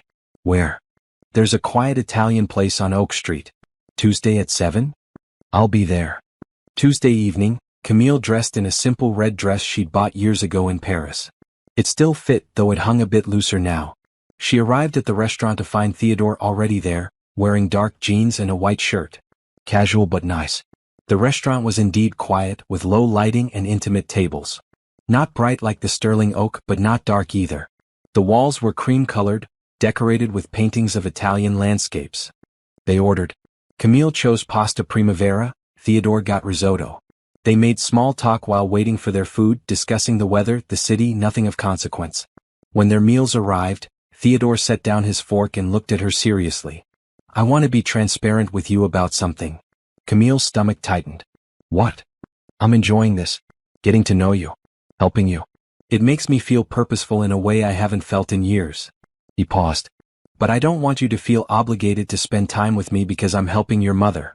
If you want to maintain distance, just receive the assistance and never see me again, I understand. Camille considered this. The honest answer was complicated. I don't know what I want, she admitted. Part of me is still angry at you. Part of me doesn't trust you. But another part sees that you're trying to change, and I respect that. Fair enough. Why are you doing this really? Not the guilt or the restitution. What's the real reason? Theodore was quiet for a long moment. Because you reminded me that there's more to life than what I've been living. You sacrificed your dreams for someone you love. You endured humiliation with grace. You maintained your kindness even when I was cruel. You're everything I'm not, and being around you makes me want to be better. That's a lot of pressure to put on one person. I know. And I'm not asking you to fix me. I'm doing that work myself with my therapist. But your friendship, if you're willing to offer it, would mean a great deal to me. Friendship. The word felt safer than whatever else this could become. I think I could do friendship. Eventually. After we build some trust. I'll earn it, Theodore promised. They ate in comfortable silence for a while. Then Theodore asked, Tell me about your dissertation. What's it about? So Camille told him. About how languages evolved after World War II, how cultural trauma reshaped syntax and vocabulary, how identity and language were inextricably linked. As she talked, she felt parts of herself waking up. The scholar, the researcher, the woman who loved language and ideas. Theodore listened with genuine interest, asking thoughtful questions, engaging with her ideas. It was a conversation between equals, the kind Camille hadn't had since leaving Paris. You light up when you talk about this, Theodore observed. It's what I love. What I was meant to do. Then I'm glad you get to do it again. After dinner, Theodore walked her to her car. At the door he turned to her. Thank you for giving me a chance. For not writing me off completely. Everyone deserves a chance to change, Camille said. But Theodore, actions matter. Keep doing the right thing. Keep working on yourself. Words are easy. Consistent behavior is hard. I understand. As Camille drove home, she thought about the evening. It had been nice. More than nice. Theodore had been attentive and kind and genuinely interested in her work. This was a different man than the one who had tormented her at the Sterling Oak. But could people really change? Could someone who had been so cruel really become kind? Time would tell. Over the next few weeks, a pattern developed. Theodore would call or text every few days, checking in on Gloria's health, asking about Camille's progress on her dissertation, sometimes suggesting they meet for coffee or a meal. Camille said yes more often than she said no. Each meeting was easier than the last. They talked about books and philosophy, about their childhoods and their dreams. Theodore was surprisingly well-read, though he admitted he'd spent more time making money than making meaning. I have all these things, he said one afternoon over coffee. Cars, houses, investments. But I don't have a life. Not a real one. So build one, Camille said. It's not too late. Is it ever too late? I don't know. But I hope not. For both our sakes. Meanwhile, Camille threw herself into her dissertation. With the financial pressure gone, with her mother properly cared for, she could focus. The words came easier now. The research felt fresh and exciting again. She worked at the kitchen table while her mother watched television, the sound of Gloria's laughter and the scratch of Camille's pen creating a domestic symphony she'd missed. One evening, about 6 weeks after that first dinner, Theodore called. Are you busy tomorrow? Working on chapter 7. Why? I'd like to take you somewhere. If you're willing. It's a surprise but a good one. I promise. Camille hesitated. Surprises from Theodore could go either way. But she'd learned to trust him at least a little. Okay. What time? I'll pick you up at 10. The next morning, Theodore arrived in a modest sedan, not the luxury car she'd expected. He wore jeans and a green shirt, looking relaxed and happy. Where are we going? Camille asked as she got in. You'll see. They drove for 30 minutes, leaving the city and heading into the suburbs. Finally, Theodore pulled up to a modern building with large windows and a sign that read Riverdale Community Center. What is this? Camille asked. Come see. Inside, the center was bright and welcoming. Theodore led her down a hallway to a large room filled with computers, desks, and bookshelves. A sign on the door read, Adult Education and Literacy Program. I've been volunteering here, Theodore explained, teaching financial literacy classes, helping adults prepare for their GED. It's been eye-opening. You're teaching? Turns out I'm decent at it. Who knew? He smiled and there was no arrogance in it, just simple pleasure. But that's not why we're here. I wanted to show you this. He led her to a small office at the back of the room. The nameplate on the door read Camille Johnson, Director of Language Programs. Camille stared at it, uncomprehending. What? The center needs someone to develop and lead language programs. ESL, conversational language classes, cultural integration support. They need someone who understands linguistics and loves teaching. Someone like you. Theodore, I can't. I'm working on my dissertation. The position is part-time. 15 hours a week. You could still finish your degree. And it pays well enough that you'd have financial security. He looked at her earnestly. I know you miss teaching. I know you miss being in the academic world. This isn't the Sorbonne, but it's a start. Camille walked into the small office. It had a desk, a bookshelf, a window overlooking a small garden. It was perfect. I didn't want to presume, Theodore continued. So I told them I knew someone who might be interested. The job is real, the posting is public. You'd have to interview like anyone else. But I thought. You thought I'd want this, Camille finished. Do you? Camille looked at the office, imagining herself here. Teaching again. Helping people learn and grow. Using her education for something meaningful. Yes, she said softly. I do. Theodore's face lit up with genuine joy. Then apply. The interview is next week. I think you'll be wonderful. They spent the rest of the day at the center. Theodore introduced her to the staff, showed her the facilities, explained the programs they offered. Everyone was warm and welcoming.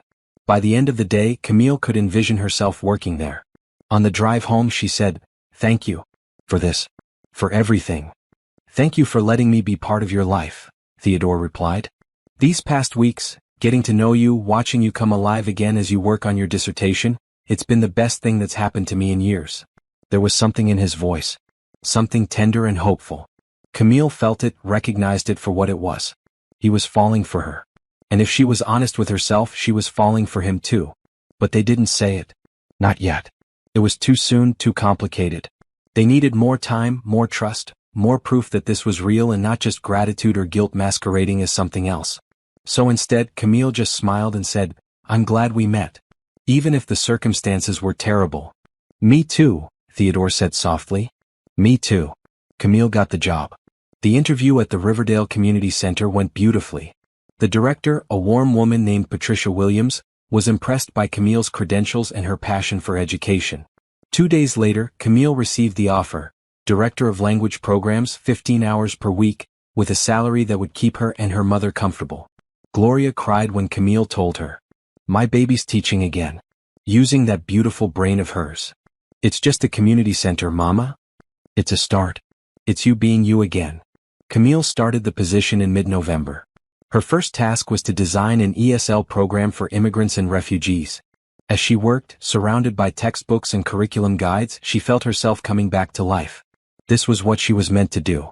Not serve tables, not smile through humiliation, but teach and help and make a difference. Theodore stopped by the center sometimes, always with a good excuse. Dropping off supplies. Checking on his financial literacy class. Bringing coffee. But really, Camille knew he came to see her. They'd settled into an easy friendship. Coffee twice a week. Dinner every Saturday. Long phone conversations where they talked about everything and nothing. Camille had introduced him to Gloria, who'd been surprised to learn this was the man behind the anonymous medical foundation. He was cruel to you, Gloria had said privately. Are you sure about this? No, Camille had admitted. But he's trying to be better. And I think he's succeeding. Theodore was succeeding. His therapy was helping. He'd started reconnecting with his sister, whom he hadn't spoken to in 5 years. He'd begun donating to causes beyond tax benefits, actually caring about where his money went. And he was different with Camille. Gentle, attentive, genuinely interested in her thoughts and feelings. The cold, arrogant man from the Sterling Oak was gone, replaced by someone warmer and more real. One Saturday in early December, Theodore took Camille to the Art Institute. They wandered through galleries, discussing paintings and sculptures, debating the meaning of abstract works. In front of a Monet, Theodore said quietly, "I never did this before. Just spent a day enjoying art. I was always too busy, too focused on the next deal." "What changed?" Camille asked. "You did. You showed me there's more to life than work and money." He looked at her and his gray eyes were soft. "You showed me how to be human again." Camille's breath caught. They were standing close, the bright gallery lights illuminating Theodore's face. For a moment she thought he might kiss her. But he didn't. Instead he smiled and said, "Come on. Let's get lunch. I'm starving." They ate at a small cafe near the museum, sharing a pizza and laughing about Theodore's terrible Italian pronunciation. It felt natural. Easy. Like they'd been friends for years instead of months. "My mother likes you," Camille said. "Really? I thought she might hate me." "She did at first. But she says anyone willing to work as hard as you have to change deserves a second chance. Your mother is wise." "She is." Camille took a sip of water. "She also said something else. She said you look at me the way my father used to look at her." Theodore froze, his pizza slice halfway to his mouth. "Oh. Yeah. Oh." They looked at each other across the table. The air between them felt charged, full of unspoken words. "Camille," Theodore started, then stopped. "I don't want to rush this. Whatever this is. You're important to me and I don't want to mess it up." "I feel the same way," Camille admitted. "But Theodore, I also think we should be honest about what's happening here." "What is happening here?" "I think we're falling for each other. And that terrifies me because of how we met. Because of what you did. Because I don't know if I can trust this." Theodore set down his pizza. "I understand. And I don't blame you for being scared. But Camille, what I feel for you is real. More real than anything I've felt in my entire life. You make me want to be better. You make me want to deserve you. You don't have to earn me, Theodore. I'm not a prize. I know. But I want to be worthy of your time. Your attention. He paused. Your affection if you're willing to give it." Camille's heart raced. This was happening. Really happening. Despite everything, despite the terrible beginning, she was falling in love with Theodore Lancaster. "I'm willing," she said quietly. "But slowly. We take this slowly." "As slow as you need," Theodore promised. They left the cafe holding hands.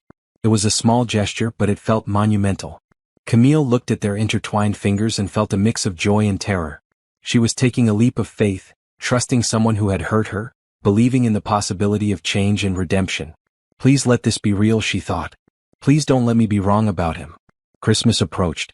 Camille was deep in her dissertation work, writing 10 pages a day, her arguments flowing smoothly now that she had the mental space to focus. She was on track to finish by February, defend in March. Gloria's health continued to improve. The medications were working, her energy was back, and Dr. Chen was pleased with her progress. She'd even started attending a diabetes support group, making friends and learning to manage her condition better. Life was good. Almost suspiciously good. Camille kept waiting for something to go wrong, for the other shoe to drop. But days turned into weeks and nothing bad happened. Theodore invited Camille and Gloria to Christmas dinner at his penthouse. Camille had never seen where he lived. When they arrived, she was shocked by the space. Floor-to-ceiling windows overlooked the city, the bright lights twinkling like stars. Everything was modern and expensive and impersonal. It's not very homey, Theodore admitted. I've never really cared about that before. Gloria looked around with wide eyes. This is beautiful, Theodore. But honey, where's your Christmas tree? Theodore looked embarrassed. I don't have one. I usually ignore Christmas. Not this year, Gloria declared. Camille, we're going shopping tomorrow. This place needs life. The next day the three of them went to a tree lot. They picked out a 7-foot spruce, along with lights and ornaments. Back at the penthouse they spent the afternoon decorating. Theodore was terrible at it. He tangled the lights, hung ornaments haphazardly, and nearly knocked the tree over twice. But he was laughing, genuinely happy, and Camille found herself falling harder for him with every clumsy attempt. Gloria watched them with knowing eyes. "You two are good together," she said quietly to Camille while Theodore was in the kitchen making hot chocolate. "Mama, we're not even officially together." "Not officially. But baby, I see how he looks at you. And I see how you look at him." Gloria smiled. "Don't fight it. Life's too short." That evening, the three of them sat on Theodore's couch, drinking hot chocolate and watching the tree lights blink. It felt like family. Like home. Theodore reached over and took Camille's hand. She squeezed back, and in that moment, everything felt right. On New Year's Eve, Theodore took Camille to a party hosted by one of his business associates. It was formal, held in a hotel ballroom with bright chandeliers and a live band. Camille wore a blue dress she'd borrowed from Bethany, and Theodore wore a black suit. When midnight approached, they made their way to the balcony, escaping the crowded ballroom. The city spread out below them, lights everywhere, the promise of a new year hanging in the cold air. "Last year at this time I was miserable," Theodore said. "Angry at the world. Angry at myself. I couldn't have imagined this. Being here with you. Last year at this time I was at home with my mother, worried about money, feeling hopeless," Camille said. "I couldn't have imagined this either. What a difference a year makes." The countdown began inside. 10, 9, 8. Theodore turned to Camille, his expression serious. "Can I kiss you at midnight? Or is that rushing things?" Camille's heart pounded. "You can kiss me at midnight." 3, 2, 1. The crowd inside erupted in cheers. Fireworks exploded over the city, bright against the dark sky. And Theodore kissed her. It was gentle and sweet and full of promise. When they pulled apart, Camille was smiling, her cheeks flushed. "Happy New Year," Theodore whispered. "Happy New Year," Camille replied. They stood on that balcony, wrapped in each other's arms, watching the fireworks and feeling like anything was possible. January brought cold weather and hard work. Camille finished her dissertation, all 300 pages of carefully researched analysis. She sent it to her advisor at the Sorbonne, who responded with glowing praise. "This is excellent work, Mademoiselle Johnson. You're ready to defend." The defense was scheduled for March 15th. Camille would fly to Paris for a week, present her work to a committee, and hopefully earn her doctorate. She was terrified and excited in equal measure. Theodore was her biggest supporter. He helped her prepare her presentation, listening to her practice speeches, asking challenging questions to simulate the committee's interrogation. "You're going to be amazing," he told her. "Dr. Johnson has a nice ring to it. Don't jinx it." "I'm not jinxing anything. I believe in you." Those words, simple as they were, meant everything to Camille. After months of being told she was worthless, hearing that someone believed in her was healing. They'd been officially dating for 6 weeks now, and it was good. Really good. Theodore was attentive but not smothering. He respected her boundaries, supported her work, and made her laugh. They'd fallen into an easy rhythm. Dinner twice a week, Sunday brunch with Gloria, late-night phone calls where they talked until they fell asleep. Camille's friends from the restaurant, Bethany and James, were cautiously supportive. They'd met Theodore at a dinner Camille had organized, and while they'd been suspicious at first, they'd warmed up to him. "He's different than I expected," Bethany had said afterward. "Still kind of awkward, but in a sincere way." "He's trying really hard," James had added. "I respect that." Everything was falling into place. Camille's dissertation was done. Her mother was healthy. She had a job she loved, a man she cared about, friends who supported her. For the first time in years, Camille felt like herself. Not the struggling waitress, not the burned-out caregiver, but the woman she'd always wanted to be, educated, purposeful, loved. And it was all thanks to one moment of courage. One moment when she'd stopped being silent and reclaimed her voice. One moment that had changed everything. February flew by in a blur of final preparations. Camille rehearsed her defense presentation dozens of times, refining her arguments, anticipating questions, memorizing key points. Theodore listened patiently every time, offering suggestions and encouragement. "You're going to knock them dead," he said after her final practice run. "Seriously, Camille. This is doctoral-level work. You earned this." March arrived with warmer weather and blooming flowers. Camille's flight to Paris was scheduled for March 12th, 3 days before her defense. She'd be gone for a week, and while part of her was excited to return to the city she'd loved, another part dreaded leaving her mother and Theodore. "I'll take care of Gloria," Theodore assured her. "I'll check on her every day, make sure she has everything she needs." "You don't have to do that. I want to." "She's important to you, which makes her important to me." The night before her flight, Theodore took Camille to dinner at the same Italian restaurant where they'd had their first real conversation months ago. As they ate, Camille felt nostalgic. "This is where it started," she said. "Where we became friends. Best decision I ever made, asking you to give me a chance." Theodore reached across the table and took her hand. "I'm so proud of you, Camille. For finishing your dissertation, for building a new life, for being brave enough to forgive me. I'm proud of you too. For changing. For becoming someone I could actually care about." "Do you? Care about me, I mean?" Camille smiled. "Yes, Theodore. I care about you very much." He squeezed her hand, his eyes warm. "When you get back from Paris, I want to talk about our future. About what this is and where it's going." Camille's heart skipped. "Okay. When I get back." The flight to Paris was long but comfortable. Theodore had insisted on upgrading her ticket to business class, and while Camille had protested, she couldn't deny it was nice to have space to stretch out and sleep. She arrived in Paris on a bright March morning. The city looked exactly as she remembered: beautiful buildings, narrow streets, the Seine winding through it all. Nostalgia hit her hard as she took a taxi to her hotel. The next 3 days she spent preparing at the Sorbonne. She met with her advisor, Professor Dubois, who greeted her warmly. "Mademoiselle Johnson, you look well. America suits you." "Thank you, Professor. It's good to be back." They reviewed her presentation together, discussing potential committee questions and refining her responses. Professor Dubois was impressed with her work. "This is some of the best research I've seen on post-war linguistic evolution. You should be very proud." On March 15th, Camille woke early, her stomach in knots. Today was the day. After years of work, after everything she'd sacrificed and endured, today she would defend her dissertation and hopefully earn her doctorate. She dressed carefully in a maroon suit she'd bought specifically for this occasion. Professional but not stuffy. She wanted to look like the scholar she was. The defense was at 2 in the afternoon. Camille arrived at the university an hour early, reviewing her notes one last time. Her phone buzzed with messages. From Gloria: "You're going to be wonderful, baby. I love you so much."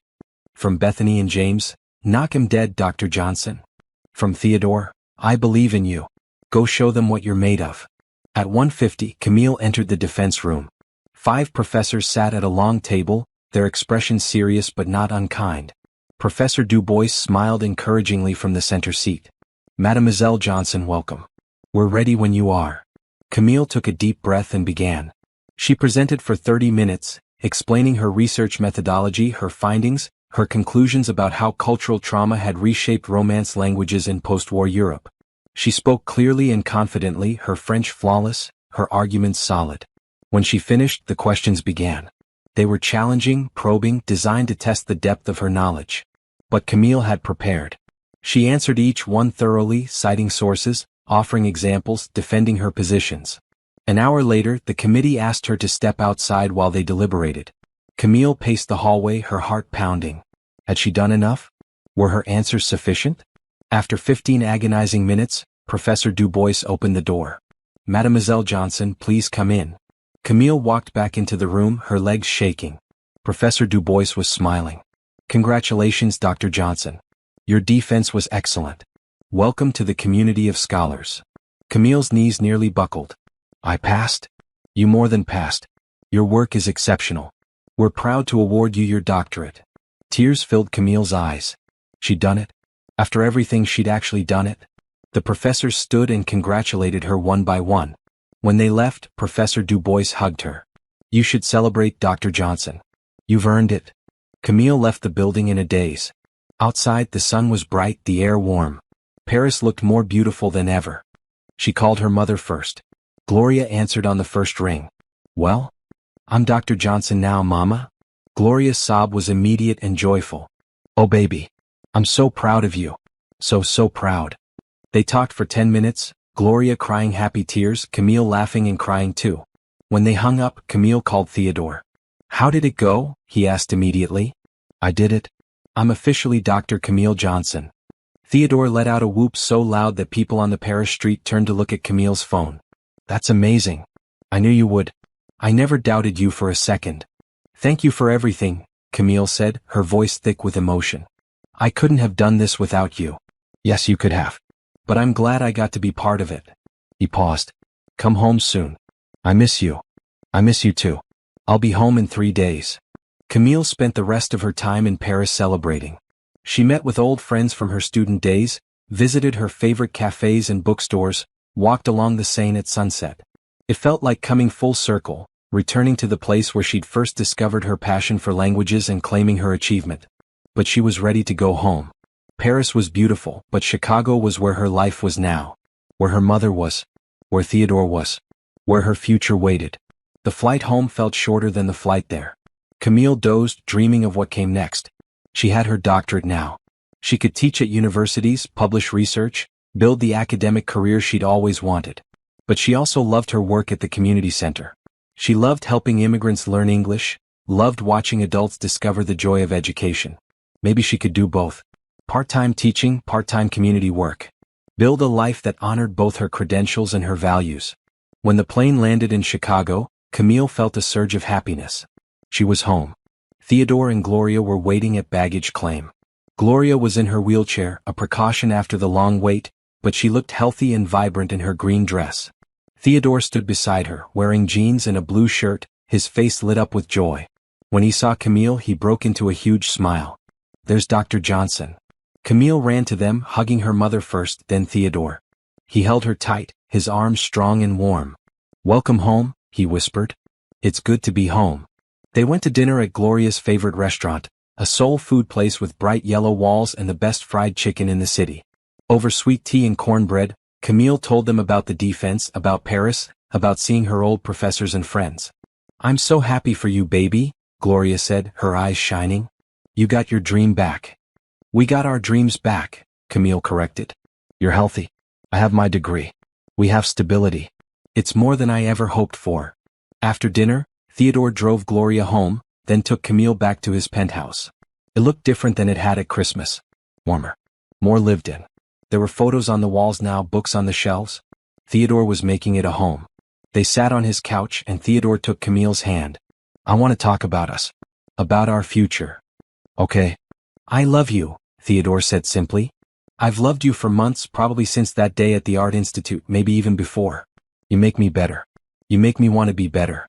And I want to build a life with you if you'll let me." Camille's heart soared. "I love you too. I fought it for a long time, but I can't deny it anymore. You've changed, Theodore. You've become someone I'm proud to love." Theodore cupped her face gently. "Will you be patient with me? I'm still figuring out how to be in a healthy relationship. I'll mess up sometimes. We both will. But we'll figure it out together." He kissed her then, soft and sweet and full of promise. When they pulled apart, they were both smiling. "Dr. Johnson," Theodore teased. "It suits you." "It does, doesn't it?" Camille laughed. "I worked hard for that title." "What's next? Teaching? Research?" "Both, maybe. I want to keep working at the community center, but I'd also like to teach part-time at a university. Use my degree to help people who don't usually get access to higher education." "That sounds perfect. Very you." They talked late into the night, making plans, dreaming about the future. Camille told him about wanting to start a scholarship program for first-generation college students. Theodore shared his idea of expanding his volunteer work, maybe starting a foundation that focused on education and opportunity. "We could do it together," Theodore suggested. "Build something meaningful. Use our resources to actually help people." "I'd like that," Camille said. As she left that night, driving home through the bright city streets, Camille felt a profound sense of gratitude. A year ago, she'd been broken and hopeless, serving a cruel man who made her feel worthless.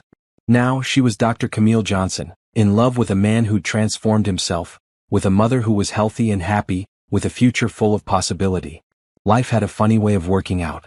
Not easily, not smoothly, but eventually, if you held on long enough, things could get better. Sometimes, the darkest moments led to the brightest futures. And sometimes, love and kindness really did win. Spring in Chicago was beautiful. The trees bloomed with pink and white flowers, the parks filled with people enjoying the warm weather. Camille felt like she was seeing the city with new eyes, noticing beauty she'd been too tired or stressed to appreciate before. She'd started teaching 2 classes at a local community college: Introduction to Linguistics and World Literature. The students were mostly adults returning to education, and their enthusiasm reminded her why she'd fallen in love with teaching in the first place. At the community center, her ESL program was thriving. She had 3 classes now, from beginner to advanced, helping immigrants build the language skills they needed to succeed in America. It was rewarding work, seeing her students grow and gain confidence. Theodore had fully embraced his new life. He'd cut back on work, delegating more to his executive team so he could focus on the things that mattered. He volunteered at the community center twice a week, teaching financial literacy and mentoring young entrepreneurs. He'd reconnected with his sister, who lived in Boston, and they talked regularly now. Most importantly, he'd become a fixture in Camille and Gloria's lives. He joined them for Sunday dinners, helped Gloria with doctor's appointments, and treated Camille's mother with genuine affection and respect. "He's a keeper," Gloria told Camille one evening. "Don't let this one get away." "I don't plan to, Mama." In May, Theodore suggested a weekend trip to a small town in Wisconsin, a place known for its beautiful lake and charming downtown. Camille agreed, excited for a getaway. They drove up on Friday evening, checking into a cozy bed and breakfast with white walls and blue shutters. Their room overlooked the lake, the water sparkling in the evening sun. Saturday morning they rented a boat and spent the day on the water. It was peaceful, just the two of them and the gentle lapping of waves. They talked about everything and nothing, comfortable in each other's presence. "I never did things like this before," Theodore said, trailing his hand in the water. "Just relaxing. Being present. It's nice." "It is nice," Camille agreed. "You're learning to live, not just work. You taught me that." As the sun began to set, painting the sky in shades of orange and pink, Theodore steered the boat to a quiet cove. He dropped the anchor and turned to Camille, suddenly nervous. "There's something I want to ask you," he said. Camille's heart started racing. "Okay." Theodore reached into his pocket and pulled out a small box. When he opened it, a diamond ring glinted in the fading light. It was simple and elegant, exactly Camille's style. "Camille Johnson, Dr. Camille Johnson," he said, his voice shaking slightly. "You changed my life. You showed me how to be human, how to love, how to live with purpose. You make me want to be better every single day. Will you marry me?" Tears filled Camille's eyes. A year ago, she never could have imagined this moment. This man, this love, this future. "Yes," she said, her voice breaking with emotion. "Yes, I'll marry you." Theodore slipped the ring onto her finger, and they kissed as the sun set behind them, the world awash in golden light. When they returned to Chicago, everyone was thrilled. Gloria cried happy tears and hugged Theodore, officially welcoming him to the family. Bethany and James threw them an engagement party at the restaurant where Camille used to work. Mrs. Patterson attended, bringing a generous gift and her blessing. Even Professor Du Bois sent congratulations from Paris, along with a beautiful leather-bound journal for Camille to document her new life. The wedding was planned for August, a simple ceremony in a garden with close friends and family. Camille wanted something intimate, meaningful, not the big production Theodore could have afforded. "I just want the people who matter," she told him. "That's all we need." As summer approached, Camille and Theodore worked together on their foundation. The Lancaster Johnson Education Initiative would provide scholarships for first-generation college students, fund literacy programs in underserved communities, and offer mentorship opportunities for young people pursuing higher education. "My name goes second," Theodore insisted. "This is your vision. I'm just lucky enough to help make it happen." "It's our vision," Camille corrected. "We're building this together." In July, Camille published her first academic article, based on her dissertation research. It appeared in a prestigious linguistics journal, garnering attention from scholars around the world. She was invited to present at conferences, to collaborate on research projects, to join academic committees. Her career was finally taking off and she loved every minute of it. But the best part of her life wasn't professional success or financial stability. It was love. Real, genuine, transformative love. Theodore was her partner in every sense. He supported her work, celebrated her achievements, and stood beside her through challenges. He'd become close with Gloria, treating her like his own mother. He'd befriended Camille's colleagues and students, showing up to events and genuinely connecting with people. The man who had once been cruel and arrogant had become kind and humble. The transformation was complete and it was real. August 15th dawned bright and warm. Camille woke in her apartment, surrounded by Bethany and two other friends who'd stayed overnight to help her get ready. Gloria sat in a chair nearby, watching her daughter with tears of joy. Camille's wedding dress was simple ivory silk, elegant but not ostentatious. She wore her hair down, natural curls framing her face. The ring Theodore had given her sparkled on her finger. "You look beautiful, baby," Gloria said. "Just beautiful." The ceremony was in a garden at the community center, the same place where Camille and Theodore had found new purpose. Chairs were arranged in a semicircle facing a small arch covered in flowers. 50 people attended, everyone who mattered to them. As Camille walked down the aisle, holding Gloria's arm, she saw Theodore waiting for her. He wore a navy suit, and his eyes filled with tears when he saw her. Beside him stood his sister, his best man, beaming with happiness. The ceremony was short but meaningful. They'd written their own vows. Theodore went first. "Camille, you saved my life. Not by forgiving me, though that was generous beyond measure, but by showing me what it means to truly live, to love, to have purpose beyond profit. I promise to spend every day earning the gift of your love, to be the man you see in me, to build a life with you that honors what we've both learned about grace and redemption. I love you, Dr. Johnson, today and always." Camille's turn. "Theodore, you taught me that people can change. That growth is possible even when it seems impossible. You showed me that love can bloom in the most unexpected places, that second chances are real, and that hope always has a place. I promise to walk beside you, to support your journey, to build a life that reflects our shared values of kindness, education, and service. I love you. Not despite our past, but including it, because it made us who we are." They exchanged rings. The officiant pronounced them married, and Theodore kissed his bride as everyone cheered. The reception was held in the community center's main hall, decorated with bright flowers and white lights. There was dancing and laughter, good food and better company. Gloria danced with Theodore, both of them laughing. Camille danced with James, with Professor Dubois who'd flown in from Paris, with students from her ESL class who'd become like family. As the evening wound down, Camille and Theodore slipped outside to the garden. The fairy lights strung between trees cast a soft glow. They sat on a bench, holding hands, watching the stars. "Happy?" Theodore asked. "So happy," Camille replied. "I never imagined this. Any of this." "Me neither. But I'm grateful for every moment. Every challenge that led us here." They sat in comfortable silence for a while, then Theodore said, "I've been thinking about something. The restaurant where we met, the Sterling Oak. Mrs. Patterson is thinking about selling it." "Really? What if we bought it? Transformed it into a training restaurant for the community center's culinary program. Give people hands-on experience, real job skills. Mrs. Patterson could stay on as a consultant." Camille turned to look at him. "That's a wonderful idea. We could call it the Second Chance. A place where people get new opportunities, where dignity is honored, where everyone is treated with respect, regardless of their position." "I love it," Camille said. "Let's do it." They kissed, sealing the plan and the promise of their future together. 1 year later, the Second Chance opened to great fanfare. It was a beautiful space, still elegant but warmer now. The staff were all students from the community center's programs, learning culinary skills and customer service. Mrs. Patterson managed the daily operations, and the profits funded more educational programs. On opening night, Camille stood at the entrance in a red dress, greeting guests. Theodore was beside her in a green shirt, shaking hands and thanking people for coming. Gloria sat at a table of honor, healthy and happy, surrounded by friends. As Camille looked around the room, she felt overwhelming gratitude. This place, where she'd once been humiliated, had become a place of hope. Where she'd once felt worthless, she now felt valued. Where cruelty had reigned, kindness now flourished. "Dr. Johnson," a voice said. She turned to see one of her ESL students, a woman from Somalia. "Thank you for everything.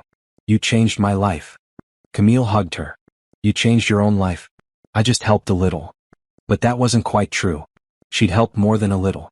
Through her teaching, her foundation, her work at the community center, Camille had touched hundreds of lives. She'd given people opportunities, education, hope. She'd taken her pain and transformed it into purpose. That night, after the last guest left, Camille and Theodore stood alone in the Second Chance. Theodore wrapped his arms around his wife from behind, and they surveyed the empty restaurant. "We did it," he said. "We built something beautiful." "We did," Camille agreed. "And we're just getting started." 3 years later, the Lancaster Johnson Education Initiative had awarded scholarships to over 200 students. The Second Chance had trained 300 people in culinary arts, with an 80% job placement rate. Camille had published 2 more academic papers and was working on a book about language and cultural identity. Theodore had stepped down as CEO of his company, choosing to focus full-time on philanthropic work. He was happier than he'd ever been, spending his days making a real difference instead of just making money. And Gloria was there to see it all. Her health remained stable, her medications managed by the best doctors. She volunteered at the community center, mentoring young mothers and sharing her wisdom. She was proud of her daughter, proud of her son-in-law, proud of the life they'd built together. One spring evening, Camille and Theodore sat on their balcony, overlooking the city. They'd moved into a new apartment, smaller than Theodore's old penthouse but cozier, filled with books and photos and life. "Do you ever think about how we met?" Theodore asked. "Sometimes," Camille admitted. "But not with anger anymore. Just amazement that we got here from there. I was such a terrible person. You were. But you changed. That's what matters." She leaned her head on his shoulder. "You know what I've learned through all of this?" "What?" "That love is a choice. Every day we choose to be kind, to grow, to forgive, to build something better. And when two people make that choice together, beautiful things happen." Theodore kissed the top of her head. "I choose you. Every day. Forever. I choose you too." As the sun set over Chicago, painting the sky in shades of pink and gold, Camille felt complete. She'd reclaimed her education, her dignity, her dreams. She'd found love in the most unlikely place with the most unlikely person. She'd turned pain into purpose, suffering into service, humiliation into hope. The journey hadn't been easy. There had been moments of doubt, of fear, of wondering if she'd made the right choice in giving Theodore a second chance. But looking at their life now, at all they'd accomplished together, she knew it had been worth it. Because in the end, this was what mattered. Love, kindness, hope, and the courage to believe in redemption. This was the forever kind of love. The kind built on transformation and truth. The kind that honored both people's struggles and celebrated their triumphs. The kind that changed everything. And it all started with one moment. One moment when Camille Johnson stopped being silent and reclaimed her voice. One moment that changed two lives forever.